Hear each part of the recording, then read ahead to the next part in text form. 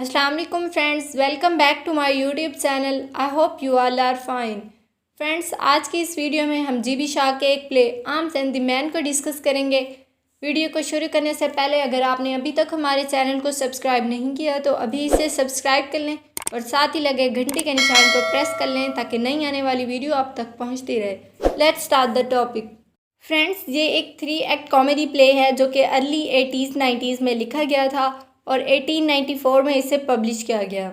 ये बहुत important play है और ये प्ले उस वक्त लिखा गया था जब बल्गेरियन सर्बियन वॉर चल रही थी, जिसका इस प्ले पर काफ़ी इफेक्ट भी दिखाया गया है। इस ड्रामे में जीबी शाह ने अपने ज़माने में पाए जाने वाले जो फरसूदा नज़रियात थे लाइक जंग और लव मैरिजेस, उनको तनकीद का निशाना बनाया है और उनकी असल हकीकत आश्कार करने की कोशिश की है। जीबी शाह ने वाज़े किया है कि जंग किसी भी मसले का हल नहीं है और ये सिवाय तबाही और बर्बादी और मौत के अलावा कुछ नहीं देती। बिल्कुल इसी तरह लव से मंसूब तमाम स्टोरीज़ और रोमांस सिर्फ हवस पर मबनी होते हैं और इनकी कोई आला बुनियाद नहीं होती। फ्रेंड्स, ये प्ले 1885 में रायना पेटकॉफ के बेडरूम से शुरू होता है जिस वक्त सर्बो बल्गेरियन वॉर चल रही थी।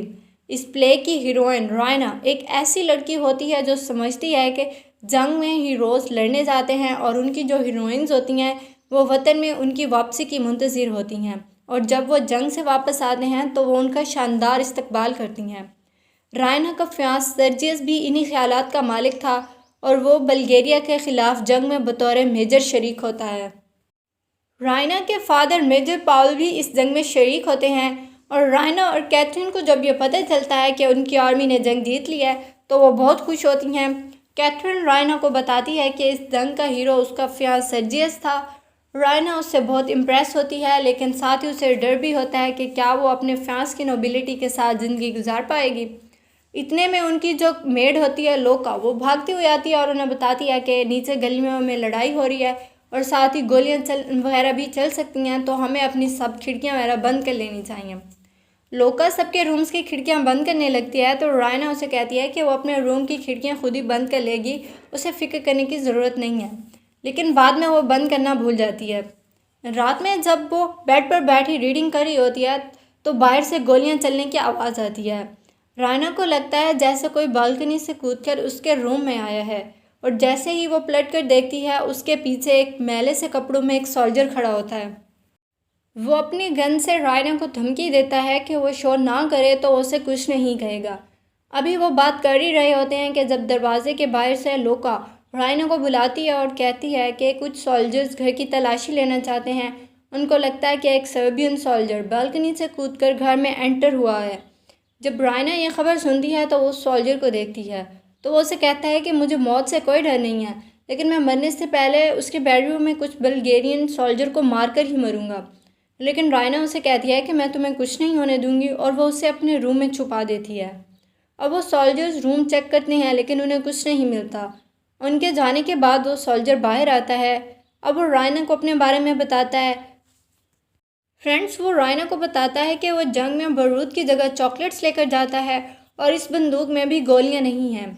इसके अलावा वो उसे बताता है कि वो कोई दुश्मन नहीं है, वो एक स्विस सोल्जर है जो सर्बिया की तरफ से लड़ रहा है। अब रायना और उसकी अच्छी खासी अंडरस्टैंडिंग हो जाती है। रायना उसे कहती है कि वो उसे बचा लेगी क्योंकि उसका ताल्लुक एक रिच फैमिली से है। वो उसे कहती है कि तुम यहीं पर वेट करो, मैं अपनी मदर को बुला कर लाती हूँ। जब रायना अपनी मदर को बुलाने नीचे जाती है तो वो जो सोल्जर होता है वो थका हुआ होता है तो वो रायना के बेड पर ही सो जाता है। जब वो दोनों ऊपर आती हैं तो वो बड़े मज़े से सोया हुआ होता है।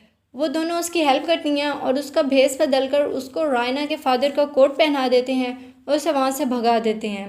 और फ्रेंड्स, यहाँ पर एक्ट 1 ख़त्म होता है। सेकेंड एक्ट कुछ मंथ्स के बाद शुरू होता है जब मेजर पाउल और सर्जियस दोनों घर आ चुके होते हैं। उनका एक नौकर होता है निकोला। वो दिल ही दिल में लोका को पसंद करता होता है। वो लोका को अपर क्लास की इम्पोर्टेंस पर लेक्चर देता है, लेकिन जो लोका होती है वो बहुत आज़ाद ख्याल आज़ाद सोच की मालिक होती है। वो उसे डांट देती है कि तुम नौकर हो, तुम नौकर ही रहोगे। जब मेजर सर्जियस और रायना का फियांस आते हैं और वो जंग के मुतालिक डिस्कशन कर रहे होते हैं तब मेजर पेटकॉफ उन्हें वो फेमस स्टोरी सुनाता है कि कैसे एक स्विस सोल्जर ने बालकनी से कूदकर एक बल्गेरियन वुमन के बेडरूम में पनाह लिया। वहाँ पर मौजूद जो औरतें होती हैं वो बहुत हैरान होती हैं कि ऐसी घटिया कहानी उनके सामने सुनाई जाएगी। जब पेटकॉफ घर में चला जाता है तो पीछे रायना और सर्जियस दोनों गार्डन में बैठे होते हैं। वो एक दूसरे से प्यार की बातें करने लग जाते हैं और जब थोड़ी देर बाद रायना अपनी हैट लेने अंदर जाती है ताकि वो लोग वॉक के लिए जा सकें, पीछे लोका आ जाती है तो सर्जियस उससे पूछता है अगर वो जानती है कि किसी के साथ हाई लव में इन्वॉल्व होना कितना थका देने वाला काम है। अब जो लोका होती है वो बहुत खूबसूरत होती है और उसकी खूबसूरती से मुतासर होकर जो सर्जियस होता है वो उसे ट्रैप करने की कोशिश करता है। लोका उसे बताती है कि मिस रायना उसके लिए ठीक नहीं है क्योंकि वो जब यहाँ पर नहीं था तो उनका किसी और के साथ अफेयर था, लेकिन वो उसका नाम बताने से इनकार कर देती है। सर्जियस उससे उगलवाने के लिए उसके बाजू पर चोट भी लगाता है। जब वो उससे अपोलोजाइज़ करता है तो लोका उससे प्यार करने पर इंसिस्ट करती है, लेकिन वो इनकार कर देता है और इतने में रायना भी वहाँ पर आ जाती है। वो सर्जियस को घर में बुलाते हैं और कैथरीन भी वहाँ आ जाती है। अब कैथरीन और रायना दोनों बहस कर रही होती हैं कि वो दोनों कितनी नाराज़ हैं जो सर्जियस ने फ़रार होने वाले सोल्जर की कहानी सुनाई है, लेकिन सर्जियस जब इस बारे में सुनता है तो वो ज़्यादा परवाह नहीं करता और रायना जो होती है वो उसकी इस सख्ती की वजह से थक गई होती है। इसी वक्त लोका आकर बताती है कि एक कालीन बैग के साथ एक स्विस ऑफिसर आया है और वो उनको बुला रहा है। उसका नाम कैप्टन ब्लेंचली होता है और वो दोनों से पहचान जाती हैं कि ये तो वही सोल्जर था जिसकी उन्होंने हेल्प की थी और वो मेजर का पुराना कोट वापस करने आया होता है जो कि वो भेष बदलने के लिए ले जाता है। उसी वक्त वहाँ पर मेजर पेटकॉफ आ जाता है और वो ब्लेंचली से बहुत गर्मजोशी से मिलता है क्योंकि ये वही आदमी होता है जो उन्हें वार के एंड पर हेल्प करता है। मेजर उन्हें असिस्ट करता है कि जब तक ब्लेंचली वापस स्विट्ज़रलैंड नहीं जाता वो उनके घर पर रहे। यहाँ पर सेकंड एक्ट ख़त्म हो जाता है। अब फ्रेंड्स जो थर्ड एक्ट है वो लंच के टाइम पर लाइब्रेरी में शुरू होता है, जहाँ पर जो कैप्टन ब्लेंचली होता है वो बड़ी मिकदार में कंफ्यूजिंग पेपर वर्क में बहुत एफिशिएंट मैनर से उलझा हुआ होता है, जबकि जो सर्जियस और मेजर पेटकॉफ होते हैं वो मैच ऑब्जर्व कर रहे होते हैं। मेजर पेटकॉफ जो होता है वो शिकायत करता है कि उसका पसंदीदा कोट खो गया है, लेकिन उसी वक्त कैथरीन जो होती है वो लाइब्रेरी की न्यू घंटी बजाती है और निकोला जो होता है वो वहाँ आता है और उसका कोट देकर जाता है। इस तरह जो मेजर पेटकॉफ होता है वो अपने खोए हुए कोट को देखकर बहुत हैरान होता है। जब रायना और ब्लेंचली अकेले बैठे होते हैं तो रायना उसकी तारीफ़ करती है कि वो ऐसे साफ़ सुथरा बहुत हैंडसम लग रहा है। फिर वो उस पर चीखती है कि जो कहानियाँ उसने उसे सुनाई थीं हकीकत में वो सारी झूठ थीं। ब्लेंचली उसके इस मेहरबान रवैये पर हंसते हुए कहता है कि वो उसके बर्ताव पर बहुत खुश है। उस वक्त ब्लेंचली को एक टेलीग्राम मसूल होता है जो उसको उसके वालिद की मौत के बारे में आगाह करता है और उसको फौरी तौर पर घर आने, कुछ इंतज़ामात करने और उन 6 होटलों के बारे में जो सब विरासत में मिले होते हैं उनके बारे में इन्फॉर्म करता है। जैसे ही रायना और ब्लेंचली कमरे से निकलते हैं तो लोका वहाँ आती है। उसने रिडिकुलस फैशन के तौर पर एक ड्रेस पहनी होती है जिससे उसका ज़ख़म वाज़ेह तौर पर नज़र आ रहा होता है। सर्जियस वहाँ आता है तो वो उससे उसकी ट्रू ब्रेवरी के मतलब क्वेश्चन करती है और कहती है कि वो हैरान है वो एक ऐसी औरत से शादी करेगा जिसका सोशल स्टेटस उससे कम हो, चाहे वो उस औरत से मोहब्बत ही क्यों ना करता हो। सर्जियस उससे कहता है कि वो उससे शादी करेगा, लेकिन अब उसकी मंगनी हो गई है और एक शरीफ लड़की के लिए ये तमाम बेहुदा बातें हैं। लोका उसे बता देती है कि ब्लेंचली उसका राइवल है और रायना उस स्विस सोल्जर से शादी कर लेगी। सर्जियस ये सुनकर गुस्से में आ जाता है और जब वो ब्लेंचली को देखता है तो वो फ़ौरन से उसे चैलेंज करने लग जाता है, लेकिन जब रायना वहाँ आती है तो वो फ़ौरन से पीछे हट जाता है।